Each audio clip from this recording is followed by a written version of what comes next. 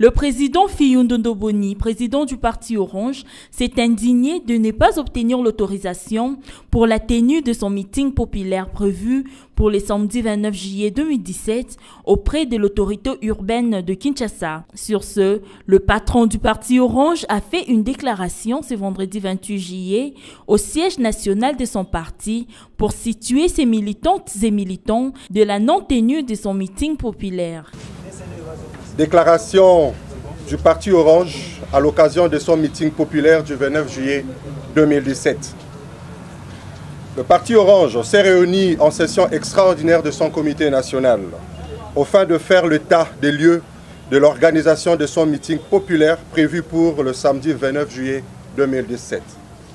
À ce sujet, le parti Orange constate avec désapprobation ce qui suit. 1. Toutes ces lettres à l'adresse de l'autorité urbaine de Kinshasa tendant à lui informer de la tenue de son meeting et de solliciter les mesures de sécurité visant la protection des personnes et de leurs biens durant la tenue de ce meeting n'ont reçu aucune suite de sa part.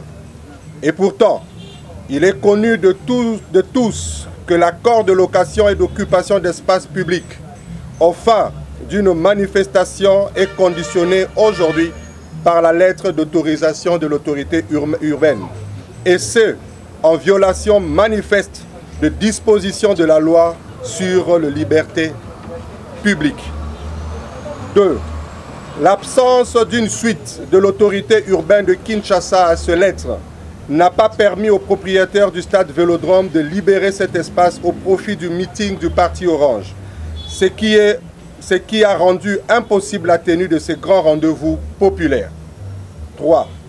Le parti Orange condamne fermement cette attitude de l'autorité urbaine de Kinshasa tendant à torpiller les libertés publiques, notamment la liberté d'expression et de manifestation pacifique reconnue constitutionnellement au peuple congolais en général et aux Kinois en particulier, et ce, uniquement à l'encontre de partis de l'opposition. Le parti Orange considère que seule la tenue des élections libres et démocratiques au 31 décembre 2017 peut aider le peuple congolais à se libérer d'un leadership gangrénant sans gêne de valeurs constitutionnelles. C'est pourquoi le parti Orange réaffirme son attachement à l'accord du 31 décembre 2016 dont il exige l'application par l'organisation des élections présidentielles et autres au plus tard le 31 décembre 2017. Le parti Orange réitère sa confiance à la mission de bons offices de la SENCO. Le parti Orange dit non aux velléités d'un troisième dialogue jugé inapproprié et inopportun tel que soutenu par une catégorie d'acteurs politiques pro-système. Le parti Orange exige de la CENI la publication immédiate du calendrier électoral conformément à l'accord du 31 décembre 2016.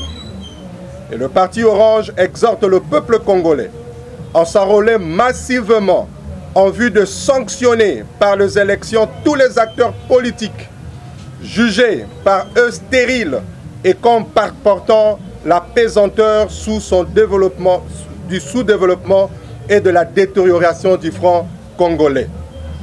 Le parti Orange annonce aujourd'hui et ici qu'il prendra part aux élections prochaines à tous les niveaux, c'est-à-dire du présidentiel jusqu'au niveau local.